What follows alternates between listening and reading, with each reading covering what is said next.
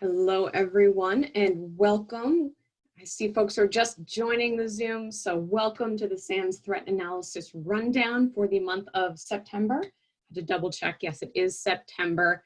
My name is Katie Nichols. I am a SANS instructor for the Cyber Threat Intelligence course, also a Director of Intelligence at Red Canary. Really excited for you to join us today. We're going to be talking about the value of commercial threat intelligence sources. I'll be joined in just a moment by my guest speakers, Xander Bowman and Michel van Eeten, and they're going to be giving us an academic perspective today. I was chatting with them just before we started, about how it's so tough for all of us as we're choosing different sources for cybersecurity, whether it's threat intelligence or other tools. Really tough for us to choose and identify what value are we really getting from these tools and sources. So they'll be diving through their research today. And this is a monthly webcast, the Threat Analysis Rundown. And in case you're not familiar, maybe this is your first time joining us, our goal here is to give you the inside scoop on threats, on everything from what adversaries are doing to how we think about threat intelligence or malware analysis. And we also want to try to bring you different voices from the community. We've had a lot of very US-based speakers, so really excited that Michel and Xander are based in Europe, a slightly different perspective, and they also come from academia, which is a very different perspective than maybe someone who's a cybersecurity practitioner. And I think it's important that we have a lot of different voices and perspectives. So logistics for the webinar, this is being recorded, so you will be able to share the link with your colleagues later. And yes, these slides will be available in PDF format, and you can find those on the same page where you joined this webcast afterwards. And throughout the webcast, if you have any questions, feel free to just type those into that question and answer panel, and we will get to as many questions as we possibly can. Our agenda for today, if you've joined us before, you'll know that I like to start off with a quick rundown of some things we've seen, trending in threat intelligence news recently, and then I'll pass it to Xander and Michel, deep diving into their topic for the day. And then we'll wrap up with some takeaways and some action items for you, because the whole goal of this is for us to convey some information and then make it actionable for your teams. So let's start out with a rundown, and there are a lot of sources of threat news summaries, but this is just a couple things that have caught my eye in recent weeks that I think are worth focusing on as analysts or people who care about threats and threat intelligence. First one, election targeting. Obviously, in the United States, the election in November is quickly approaching. And we had just last week, Microsoft released a big report on various groups from different countries, China, Russia, and Iran, about targeting various political parties and campaigns. No shock there. One of the groups that they did a deep dive on was called Strontium, suspected Russian-based group, and really worth checking out their blog post on that group. One thing I liked, and there's an example on the slide, they gave some actionable queries. This group is known to do credential harvesting, so that query is designed for searching Microsoft tools, but you could definitely adapt that to any tool to try to figure out, is this group trying to do credential harvesting against us in our org? So worth keeping an eye out on those Microsoft reports from last week. Same day, I don't know if it's correlated or causal, but the Department of Treasury out of the United States also issued sanctions against a Russian adversary for interfering in the elections. So kind of an interesting conflation of events that no doubt that's going to continue. It's in September, so we got another 2 months of this. Folks who are watching that election, be on the lookout. A lot of different targets for different adversaries influencing that. Next one, interesting report came out from the US Department of Defense, an annual report to Congress on activities of China. This is a meaty report, and a hat tip to Rick Holland from Digital Shadows, who let me know about this one. It's 200 pages, so a little light reading before bed maybe, but it's talking about Chinese military, Chinese government developments over the past year, including cyber power, the organization of the Chinese military. So these reports, though they're a little dense, definitely worth keeping an eye out and skimming as cyber professionals, so we know kind of what the US government is thinking and some reorgs and what's happening in the Chinese military. So that's worth checking out as well. I have links to all those references in the slides for you. On the next item, we so often focus almost entirely on Windows endpoints. You know, that's the most common environment in many environments, but a lot of organization servers are actually based on Linux. So really important that we also think a little bit about Linux threats. There's a great blog post out from the folks at Kaspersky. Recently, they gave a summary of how a bunch of different groups and malware families are targeting Linux too. It's one of those challenges of, well, are we not seeing as much because there aren't as many Linux endpoints, or are we just not looking? So think about what Linux environments you have and what servers maybe are running Linux, and then take a look at that blog post. Great summary of different threats against Linux, worth keeping an eye on as well.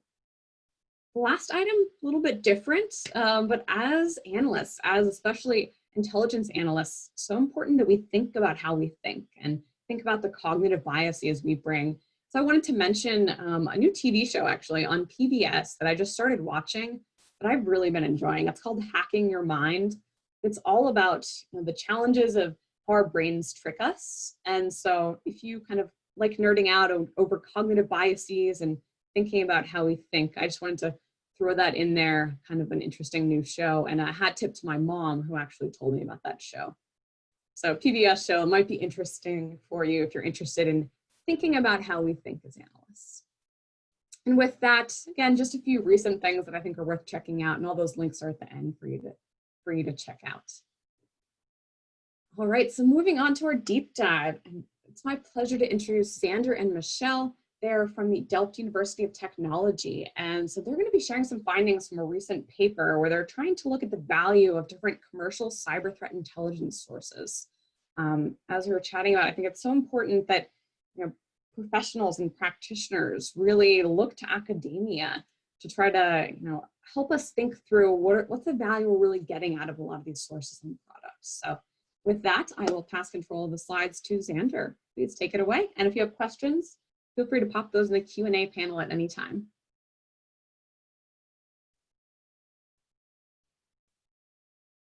Looks like you are still muted. Yeah. There we go. Thank you so much, Katie. Glad to be here. Like you said earlier, we are from academia. We are based in the Netherlands at Delft University of Technology.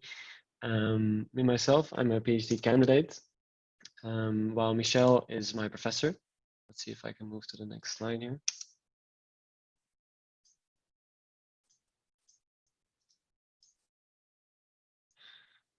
Katie, can you help me out a bit? I'm trying to move to the next slide and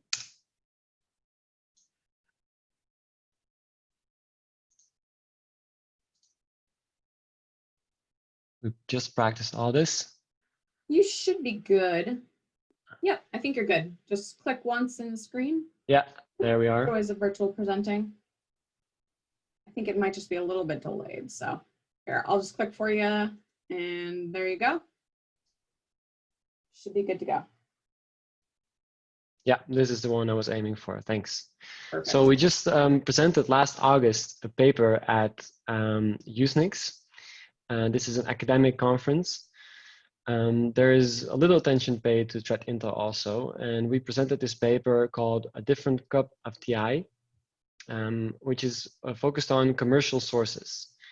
And we're very happy to discuss this here at SANS today because we want to get the perspective of practitioners also. So please drop your questions in the chat or in the Q&A button, Q&A functionality, because we're really here for that discussion with practitioners. Like I said, I'm a PhD candidate. I'm doing a 4-year research project about threat intel sharing. And then Michel is my promoter, and he is a professor of Governance of Cybersecurity. Okay. So what we'll be speaking about today, again, trying to move to the next slide. It never works the way you want it to work when it actually That's all good. right? I can control them, so just let me know when you want next slide. So we're on the agenda one now, so all good. Thanks. I can tell. So we'll be going over 4 topics. First, what exactly is the scope of the study we did? What portion of threat intel, what portion of the landscape did we look at? The questions that we asked and the data and the methodology that we used. Then This is what you're here for, of course, the results that we got, and we want to spend a lot of time also on the implications of our results for you, for practitioners. So, Katie, could you move to the next slide, please? Yes, right. Threat intelligence, right? There's lots of definitions out there. This is our working definition. We say it's information used to understand attackers that you can use to adapt your controls to the threat landscape. We identify 3 different types. So OSINT, open sources, sharing communities, and paid sources. Paid sources is what we looked at, and more specifically, we looked at the high-end vendors. So there's different kinds. There's also, for example, aggregators, organizations that aggregate various open sources and then repackage that. That's out of the scope. We focus on what are commonly known as threat intel vendors, organizations that sell external sources of intel. On the left hand, you see some fees, some ranges of fees. It was really hard to collect the price points for these vendors. We had to dig very deep, and this is kind of the range, the very wide ranges that we came up with. The major vendors are often upwards of $100,000 per year, their data. And other vendors are starting from around $30,000 per year. Moving on, could you click again, please? Thanks. So our questions, what do we want to know about these high-end vendors? Actually, what do these services consist of? What are you getting for your money? Then second, how are they different from open sources? And third and finally, our question was, how do the customers that buy these sources actually use them, and how do they evaluate them? We looked at the data, the indicators of 2 leading vendors. We also looked at their reports. It was 6 years worth of their data. Unfortunately, we cannot name the vendors that we examined. That was part of the deal that we made with a customer organization. We could analyze the data and write about it, but we could not identify them nor the vendors specifically. However, like we said, we look at the high end of the market, the top end of the market, and we can confidently say that the 2 vendors that we analyze really are representative of this segment of the market. Okay, now we cross-examined that with 6 open sources that we compiled. And also we conducted 14 interviews with professionals that are using paid sources of threat intel. You can find all this in our paper. Everything I'm telling you is open source, or meaning open access. The paper is freely available on the USENIX website, and also we're available to answer your questions. How did we go about this? We compared the feeds, the indicators of the paid sources and the open sources with each other. And then for analyzing the interviews that we did, we used what's called grounded theory. This is a very bottom-up inductive way of analyzing what the respondents were saying. This means that we are very careful in generalizing from these 14 interviews, because it's not so many, to TI professionals at large. We just use it to contextualize our findings. Okay. Let's see if I can move to the next slide myself now.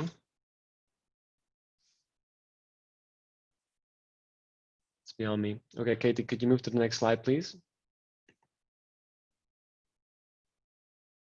Thanks. So this is what everyone in the webinar is probably here for, the answers to the questions that I just posed. First, what do these paid TI services actually consist of? Well, we spoke with the respondents, and we asked them what kind of what kind of paid threat intel types of data are you using? And most of them are using reports. You've probably seen these reports. They are PDFs.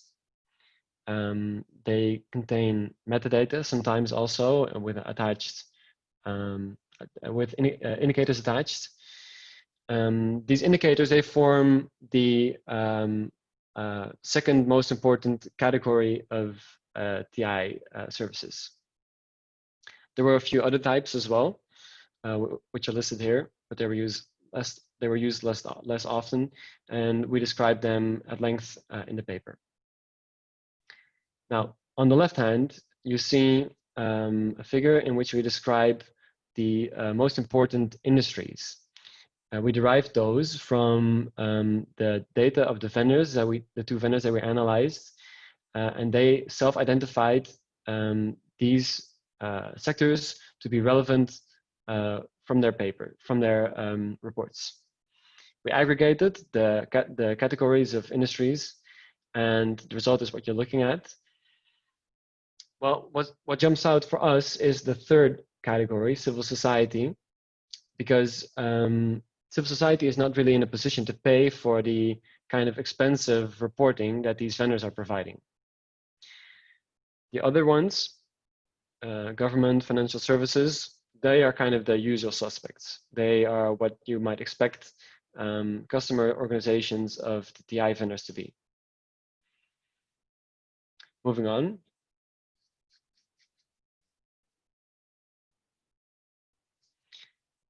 This is really important figure, and I'll explain it shortly.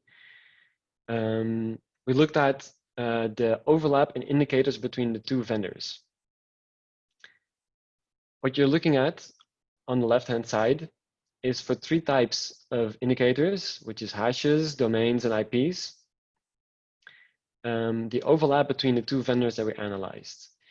More specifically, it's the overlap for actors that were named by both of the vendors. We mapped those because, as you probably know, the vendors are each using their own name scheme. We mapped those using a well-known mapping by Florian Roth, and the result is what you're looking at: an overview of indicators identified by the vendors themselves to be belonging to the same actors. Now, the part that's shaded in the middle, so light blue, I hope you can see it well in the video, is the overlap. And as you can probably tell, it's quite small. Depending on which vendor you take, as a whole, I have to say this differently, for these specific threat actors, the overlap was on average no more than 4%, depending on which type of the three here you're looking at. And then that is quite interesting to us because we would expect that actually these vendors are looking at the same actor, meaning that they come up with the same data. There's lots of possible explanations why this isn't the case, but the vendors themselves are telling their customer organizations that they're tracking these actors. So if the overlap between what the vendors are coming up with is very low, it means that actually the data that these vendors are giving to their customers, tracking the actors, is mostly unique. Over the entire pool of indicators, so disregarding the specific actors that you see in the figure here, the overlap was no more than 13%. One of the sets was much larger, so depending on which set you take as a denominator, the overlap could also be said to be 1.3%. In any case, this was surprisingly low to us, and we are really eager to share thoughts with you about why this overlap is so low. We believe that this raises some questions about the coverage that the vendors are providing, and in turn about the value that their products have for their customers. Right, could you click to the next slide, please? This is another way to visualize that. This is the 13% that I just spoke about. On the left, you see the vendor 1 and vendor 2, and a much larger bubble, which is the 1 month of 6 TI sources, open TI sources that we compared those with. And the overlap there was really, really small. It was only 3 indicators for one vendor and 10 indicators for the other. This tells us that actually open source Intel is really a different beast. And it means that the vendors are succeeding in providing something different from what's already out there. Now, for this really small overlap between OSINT and the two vendors, we compared also the timeliness, the moment when the indicator was first posted. We have to say this is based on a very small sample size, but there is a delay of about 1 month, and it goes both ways. So there's no indication that the vendors are much faster than OSINT. But that is, like I said, only for the very small overlap. So we are careful to draw conclusions here. We spoke to professionals to ask them what, according to them, was the difference between open sources and paid sources. And they told us that to them, the reporting of paid vendors was much more actionable. The reporting was selective, and they were confident in the assessments of the vendors. Furthermore, the context provided in a report, for example, geopolitical footnotes or added metadata, made it much more polished. And this is what, according to them, provided the value of the paid threat intel vendors. Okay, let's go on.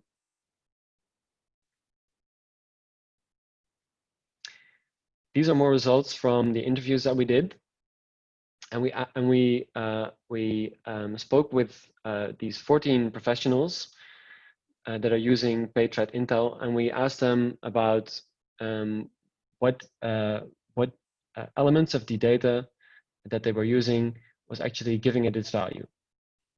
You can see those here in the table on the left, and the percentage is the percentage of respondents that mentioned this property. We aggregated those properties ourselves into 3 different categories, 3 different value perceptions we call them, which is actionability, relevance, and confidence. Now, what's interesting is that only, you can see it on the bottom here, only 1 in 5 of respondents said anything themselves about costs.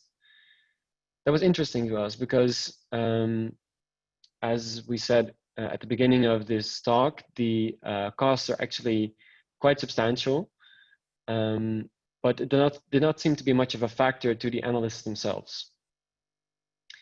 Now, the customers are talking about the workflow of their analysts. They're talking about, if they're talking about metrics, they're talking about reducing the number of false positives. That seemed to be the most important metric. Now, why is that? You would say that the use of threat intel is for detection. That is also something we derived from the interviews, the use cases, which I'll talk about shortly. But you would think that it's mostly used for network detection, and so you would want to maximize coverage. You would want to maximize the number of detected incidents. Actually, customers are talking more about the number of false positives that a feed or a vendor is giving them. So they're optimizing for their own workflow or their analyst's workflow. This was really surprising to us too. Then the use cases. We asked the 14 professionals that we spoke to about what they're using paid sources for, and unsurprisingly, it was mostly network detection. But for example, one organization was also using sources of paid intel to inform their security engineering. To develop a new version of their mobile banking application, they would want to know what tactics adversaries were using, and so how to be ahead of them. Or another one, we spoke to a financial organization that was considering doing a merger and acquisition operation abroad, and they wanted to know more about cybercrime in that third country before going ahead with the merger. That was also a use case of paid threat intel. This may be unsurprising to some of the listeners, but please share your use cases because this was not known to us before. And we believe that it's very important to understand these use cases in order to develop suitable metrics. Okay, can we go on, please?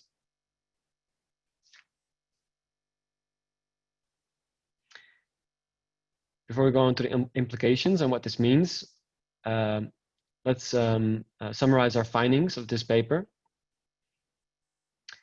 First, there's almost no overlap between OSINT and paid sources. Between two leading vendors that are at the top of the market, there is there's no more than 13% overlap over the entire pool of indicators.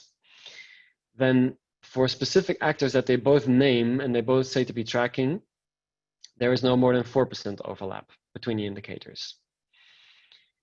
From this very small overlap, we looked at the delay in reporting, and it was about 1 month. And there's no indication that either OSINT or paid threat intel in that regard is faster. But like I said, it's for a small sample. Then from our interviews, we found that customers are optimizing their process rather for analyst workload, so meaning reducing the number of false positives, rather than optimizing for detection, which would mean choosing sources for a low rate of false negatives. We identified some interesting use cases of paid threat intel, and we'd like to know more. And we found that to the professionals that we spoke to, the costs did not seem to be very much of a concern.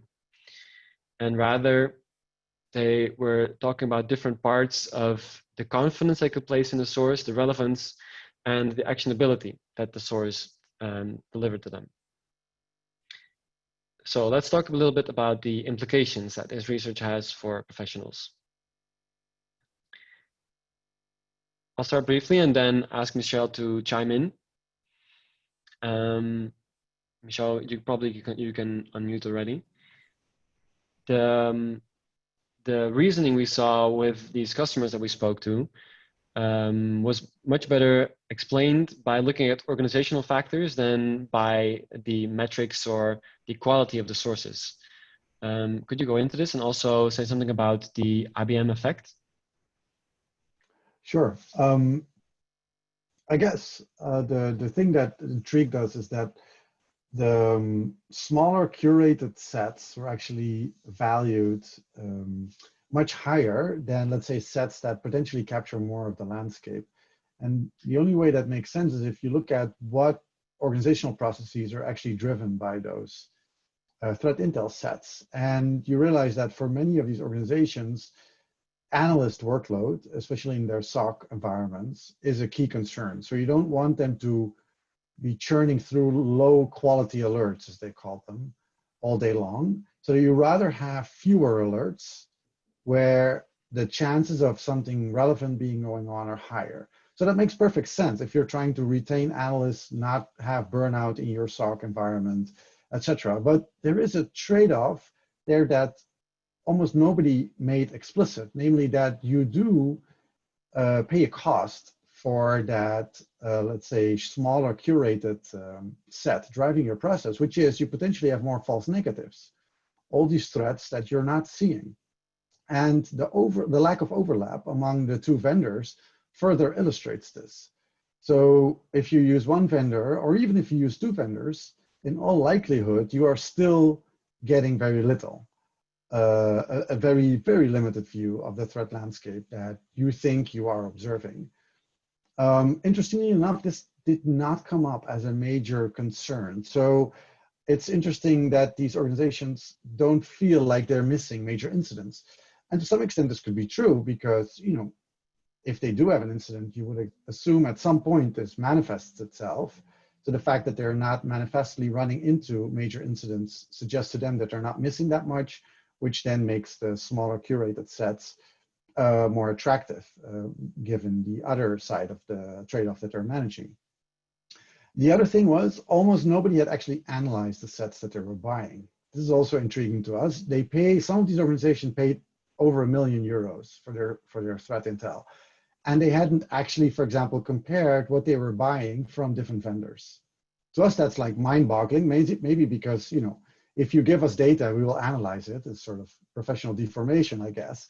But if you're paying that much money, why aren't you looking at what is actually in these sources? So the lack of overlap was also a surprise to them, which then points to the fact that these organizations don't really know what they're buying, right? They have an organizational need for threat intel. That is what they've decided at some point. And then what they're buying is basically the market leading brand. And this is the, you know, the classic IBM effect, right? Nobody ever got fired for buying IBM.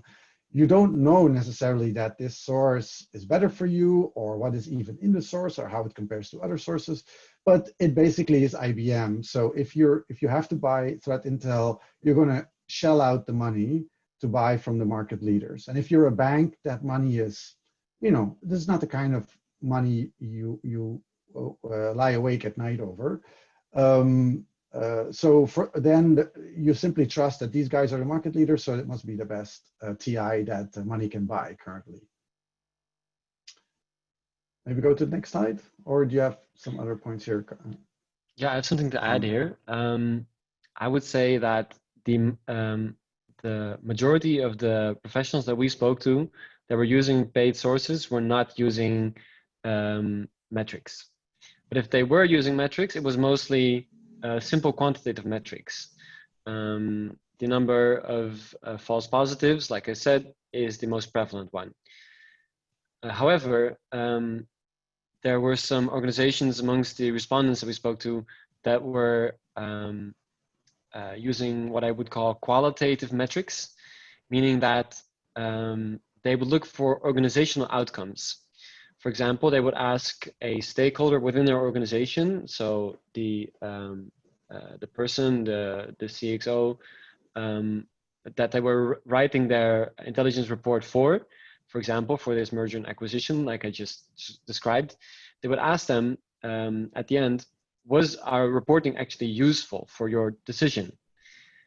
And there's this very simple metric, either it's useful or it's not. And so over the course of a year, they would collect the number of stakeholders that they had helped with their reporting.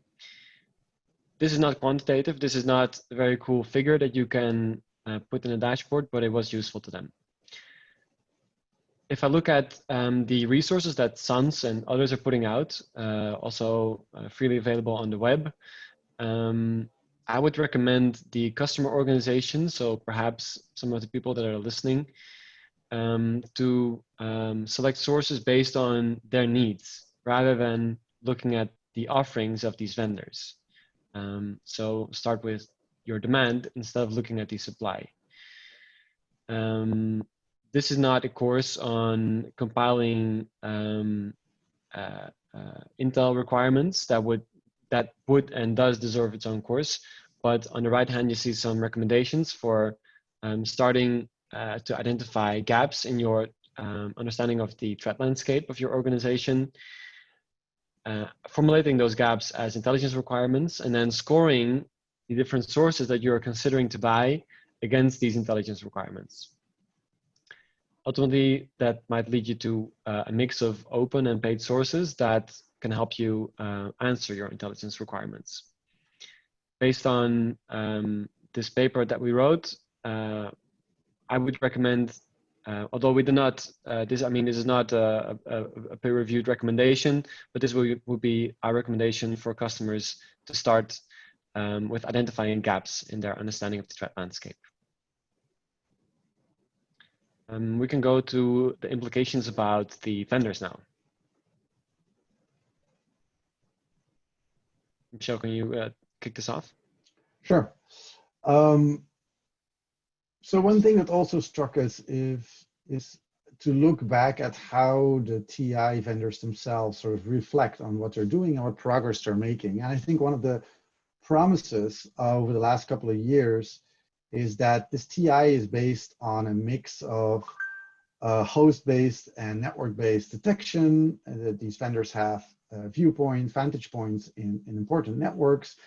And it's totally plausible for somebody from, in this case, CrowdStrike to say, look, if we detect an attacker on one network, it's basically game over, right? We can then extract the indicators from this and protect all customers that use our threat intel or our security services. But then if you look at the lack of overlap here between the two vendors, you'll really have to wonder how plausible is this thought that it's detect once and game over. It seems that the vendors are fighting infrastructure here that is much, much larger than they're able to observe, even for APTs, right? We all understand, sure, for whatever, the low-level cybercrime stuff, it's an infinite pool of garbage, but that's not where these firms are focusing themselves. They're going after the high end of the threat spectrum. And even there, what they're seeing seems to be very limited and sort of a fleeting presence. So the fact that nobody's really making this explicit is a little bit similar to the state of the industry in phishing, for example, 10 years ago, when every anti-phishing company, every brand protection company was basically promising to a client, like, look, we can detect a phishing site against your bank. We can make sure that we stay on top of phishing campaigns that are run against your brand. And then when some researchers started to actually analyze the different phishing feeds, they saw that all of them were missing major parts of the threat landscape. Again, very similar to what we're seeing here. In that market, similar to, for example, AV vendors and malware binaries, at some point, the market realized that they're better off sharing data much more extensively than they were doing before, even though they're competitors. Because in the end, your client is paying for the ability of you as the threat intelligence vendor, to detect the threats that are relevant to them. Not that you have purely exclusive data that nobody else has. If that exclusive data covers 2% of the threat you're interested in, what's the use? So it's interesting to see that in this market, that conversation still apparently needs to take place. And in a way, we could have expected this because there is already a lot of research on open source threat intelligence. I saw one of the questions in the Q&A as to what sources we analyzed there. The list of sources in the paper is basically a few of the larger open source threat intel feeds. We know from very extensive reports that, for example, CERT-CC did in the US on, I don't remember the exact number, but like 250 open source threat intel feeds. Open source writ large. It also includes stuff like Spamhaus and what have you, so used by industry and not freely available, but somewhat widely shared. And they found consistently that there is almost no overlap among any of these feeds. They all overlap 1 or 2%, and most of these feeds consist of singletons, of entries that you only find in that single feed. So it's clearly, at heart, I would argue, a data sharing problem that my sense is it's not high enough on the agenda of the industry so far. Maybe because they don't have to face this issue, because very little research has actually pointed this out, that even at the high-end threat intel has the very same problems that the open source threat intel of the lower end has. I'm handing it back to you, Sander.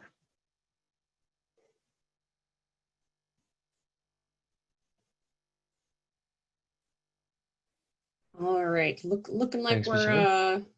I'm gonna fix up the slides there for a second, and I think you just have a couple kind of final points, but I'm taking a ton of notes here, like kind of amazing, all of the implications for both consumers as well as kind of vendors. So as a vendor, I'm taking a bunch of notes. So Anything else on the implications for vendors side, or should I switch you to the next one?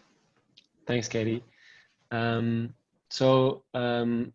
recommendation for vendors who might be listening along as well here is to be perhaps a little bit more transparent towards their customers and their potential customers.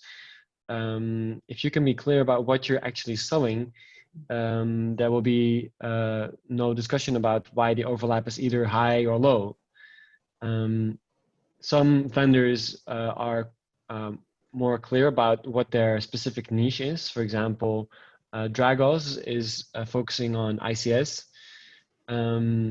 This is not solving this question entirely, but at least they are more open about what they are providing to their customers.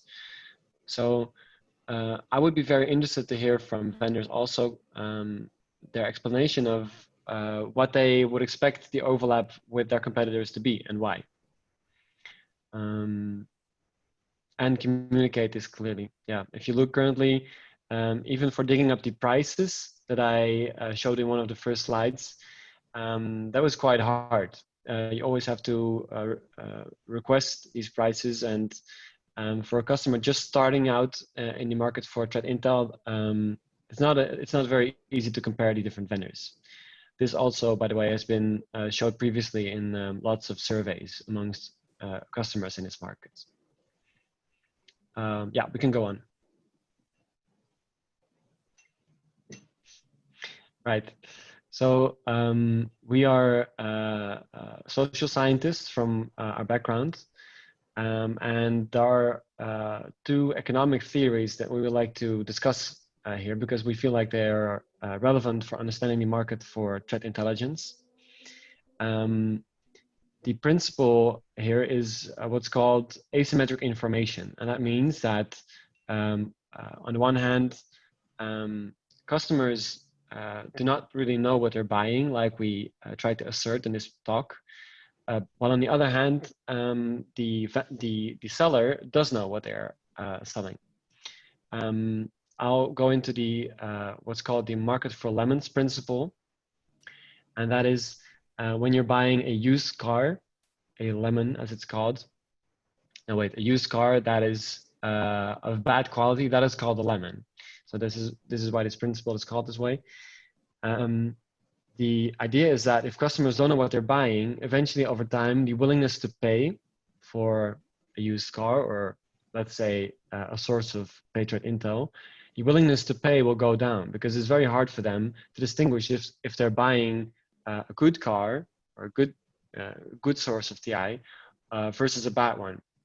So this is problematic also for the vendors because according to this economic principle, over time, their customers will lose interest or willingness to pay versus their competitors.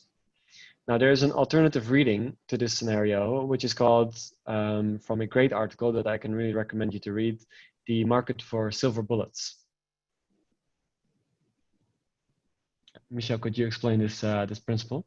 Oh, sure. Yeah, it's just so this market for lemons theory it's like it's literally Nobel Prize winning material, even though it sounds very simple and intuitive. There is a very sort of intriguing extension from it, not formalized as economic theory at all, but just like an essay with a very intriguing proposition, which is rather than a market for lemons, where the seller knows what is selling, but the buyer doesn't know what he's buying. This is actually a market where also the sellers don't really know what they're selling.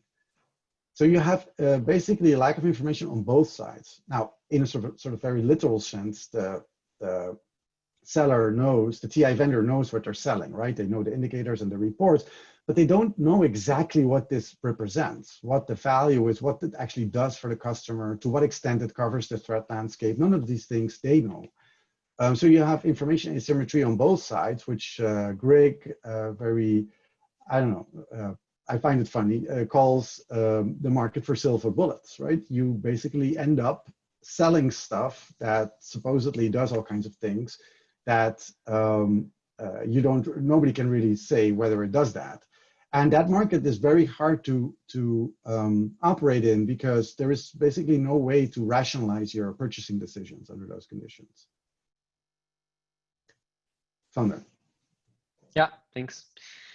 So which of the two is it? We did not establish that in this study. This is also not the aim.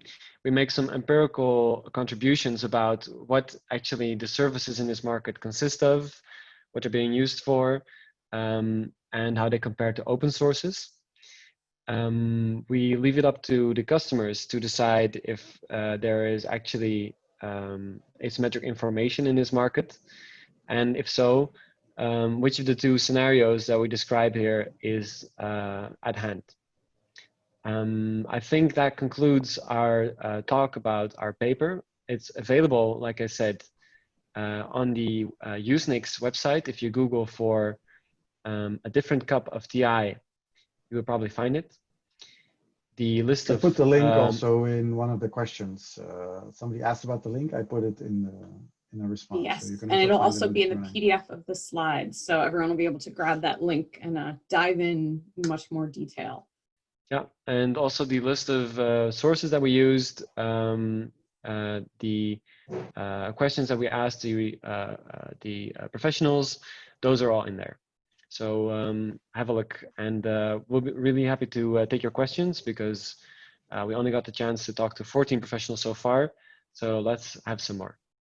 Yes, thank you so much. We have luckily a few minutes for questions and discussion. There's so much. I have like 10 post-it notes of notes for myself thinking about this. So on that first point of you talked to 14 individuals, one question said, you know, that's a fairly small sample size. Do you plan to talk to more people? What plans do you have to expand the research? And maybe how could people listening help out? Are you looking to do more interviews or expand this?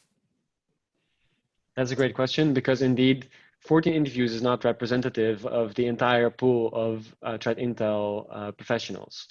We're not trying to make claims about that the properties that we listed, that the people that we spoke to recounted as valuable. We're not trying to propose that those are valuable to all professionals. Rather, some of the findings, some of the conclusions that we draw, we could understand only because we spoke to these people. So it's a very inductive way to draw conclusions, but we're very careful in the generalization.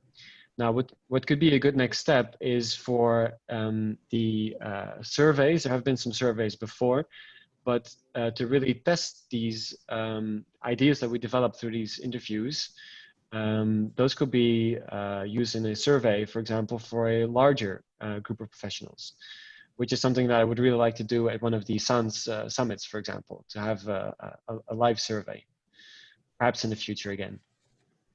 Sounds kind of fun. I'm making a note of that one, like having a survey, bringing in more people, maybe like a focus group. I think there are a lot of things we can do. And I really appreciate you publishing this research, because I feel like it's such a difficult topic that oftentimes, you know, professionals and vendors don't have. It's a difficult conversation, but it's an important one. And I work at a vendor myself. You know, my goal is that products and services that my team produces are valuable. And so I think that it really benefits both parties, as you've touched on. So interesting, we got kind of some comments coming in on your point about, you know, a lot of orgs don't evaluate the sources that they're buying, and, you know, someone commenting that, yeah, a lot of orgs might not understand threat intelligence, you know, what it should do, how to use it and integrate it. And on that point, we had a question on, out of, you know, folks you talked to, did you find any of them that were using requirements to try to evaluate and select their CTI sources? Did you find anyone who was actually doing that level of scrutiny? Yeah, a small number of the people that we spoke to, so a small number of the 14, let's say 3 or 4, I'm saying this from the top of my head, but a small number, they were doing requirements at very different levels of maturity. So it could be just a handful of questions that they were trying to address with candidate sources, or especially organizations in the financial sector that we spoke to seem to be ahead in this. They had large lists of prioritized and subcategorized intelligence requirements. Yeah, and I feel like perhaps they might be ahead, or they just might have different demands from threat intelligence. But it seems like a structured way to go about the planning and direction of doing this. I love it. also You're some bringing in the really- intelligence cycle. Yeah, please, Michel, what are your thoughts? So there's also some really low-hanging fruit here that we were struck that very few people seem to go after, which was so there is different parts of the organization that engage in different ways with this issue. So some part of the organization makes the purchasing decision, but these are not the people who actually engage with the TI when it generates, let's say, alerts that have to be triaged in the SOC. So the people who bought it, they couldn't actually answer, like, how often do you actually get hits on these sources? What is the value of those hits? Are they informative? Do you actually find something? They had no clue. This feedback loop wasn't built. And that seems to me to be a relatively, well, nothing is easy if you're in large organizations, but it's doable, right? And then at least you know how this process is shaping the actual, let's say, operational security units in your organization. Because they are typically working with the product, but they're not purchasing it. They're not making those calls. Absolutely. So I think, one takeaway is whoever is buying the products and services, talk to the people who are using them and create that feedback loop. As you said, we want it to solve this requirement or problem. Is it actually doing that? I think that's one great takeaway from this. And I had a comment just saying, yeah, in general, I found this as well. Financial sector orgs, often they're protecting, their financial well-being and their existence, confidentiality, integrity, availability. So they are fairly mature. I found that as well. So, some of those more sophisticated organizations who are doing that requirements evaluation, I think it's not a bad idea for everyone to look to them and, learn from those best practices of basing your purchasing decisions and your source acquisition on the requirements, which is something that I like to talk about as well. So I'm so glad that you brought in requirements. What are the needs that we're trying to solve? And then Katie, if I may add, I feel like there's please. also quite large geographical differences here. We spoke to people in the Netherlands where we're based and a smaller number in Japan. And then from what I've heard informally is that there's quite large differences as compared to other countries and especially the US. So for a survey based on what we've been doing, or any survey really, to look into how the knowledge about threat intel is distributed geographically would be really, really interesting to me. That'd be fascinating further research. I think all of our cultural differences and how we, grew up and our ideas certainly impact how we work in threat intelligence. So I would love to see that with a larger sample size, like clustering by region of the world and seeing differences there. That would be fascinating. Maybe like another future paper for you. I'd love to see that, I know. One thing I wanted to ask a little bit about it, looking at the numbers, sometimes it's easier to count like overlap of indicators. I'm curious your thoughts on how, what might be a methodology to evaluate the reporting side? Would that be more of like the qualitative table that looking at timeliness, context, would that be the reporting side? Or what are your thoughts on how we could better measure the value of threat reports, not just indicators? This is a really, really good question. This is something that one of our students is working on also. So hopefully we'll be able to share some more about that in the future. This is a really hard question because the value of these reports are embedded in a PDF, right? It's hard to extract the value. It could be as simple as the number of really good figures that are contained in the PDF. It could be that overall smaller or shorter reports are valued more.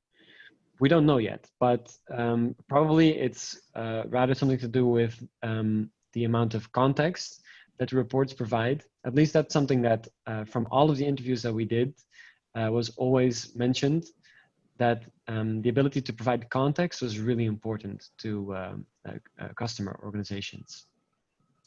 I think context, and then the other piece you said was actionability, the ability to make it actionable, but I think that'd be so interesting to try to measure because everyone has different ways that they could action this. So yeah.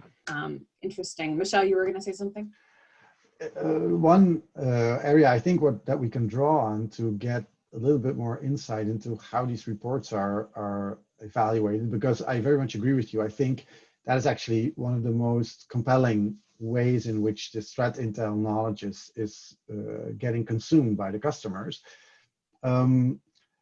We can use, I think, customer evaluation methods, from basically all over the internet services space.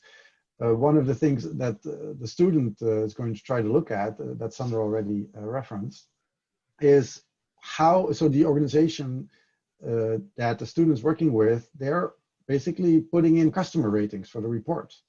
So they're asking their analysts to actually click on how valuable they felt the report was in relation to how much time they spent on it, and the threat area that they're interested in. So that could at least tell you what reports are seen as more valuable than others and by whom. And then you can, from there on, you can try to identify like what makes this cluster of reports stand out as better or worse. So if we work backwards from the actual consumer perspective of these reports, we might get closer to that. So I have to assume this is to some extent what threat intel vendors are doing, but I haven't actually come across it. I know it's something that my team has been working on trying to figure out. We're part of managed detection and response, not threat intel specifically, but we always want to drive value, but it's so tough because everyone has different requirements. And so, how do you measure that? But I love that idea. I imagine there could be a way to start to measure that, to try to give feedback and, hey, this report scored higher than this, and why is that? Maybe, if you had that initial data, you could follow up and do some focused interviews. I really look forward to hearing that research. I think that'll be valuable for everyone. Right, and if you're working with an organization and you're willing to start collecting the opinion of your analysts about these reports, or perhaps you're already doing this, like Michel said earlier, if you have some data, we'll probably be willing to analyze it. Please work with us. Our Twitter handles are up there. Please send us a message, because if you're collecting this, we'd love to work with you to analyze it. Wonderful. I think that's a great note to end on. I didn't realize we're coming up towards the top of the hour. So if there are any last questions, feel free. Their Twitter handles are on the slide there. Feel free to engage there. Or if you're interested in this research, maybe you have a data set, maybe you're a vendor, maybe you want to help, kind of figure out what's next in this research, because I think it can benefit both consumers and vendors. So with that, we'll just start to wrap up here. Some takeaways. I think, as I said, this is such an important discussion for us as a community to have. It's not that we're bashing vendors or the value they bring, because clearly they bring some value with these products. It's a key part of the industry. But I think the takeaway that I have is that everyone needs to be thinking about what the value is for any products or services that you buy. So on the customer side, Michel and Xander have talked about a lot of different ways that you could measure value. So think about what value you want to get out of commercial cyber threat intelligence or any other services or products. What does value mean for you, ideally, depending on your requirements? And I'd encourage you, ask vendors tough questions. Ask them, where are you getting your sources from? What kind of value should I expect to see? Give them feedback. This is more useful than this, because then they can ideally tailor what they're selling to you to help you do your jobs better. And on the vendor side, I think that myself working for a vendor company, it's our job to think about the value we're bringing and thinking about how we can communicate that to customers in an honest and transparent way. And that's a challenge, but that's a challenge that we all have accepted by being in this industry. And on the flip side, when customers ask hard questions, be prepared. So ideally, go back and look at this presentation. Think about what's your overlap with indicators between your feed and someone else's feed or source, and be prepared to answer to customers and explain the value that your service or product is giving. So some takeaways and action items for you to go think about. I know I have lots of notes. So thank you so much to Xander and Michel for this. Their paper link there, you can find these slides. They'll be in a PDF on the page you registered from. A bunch of links as well for the things I talked about in the rundown at the beginning. Some recommended reading you might want to check out this week. So with that, we're almost at time. Thank you so much to Xander and Michel for coming and sharing your research. please reach out to us. Let's keep this conversation going, and hope you'll join us next month. Until then, please stay safe, and thank you all so much. Thank you, Katie. Thank you all. Take care.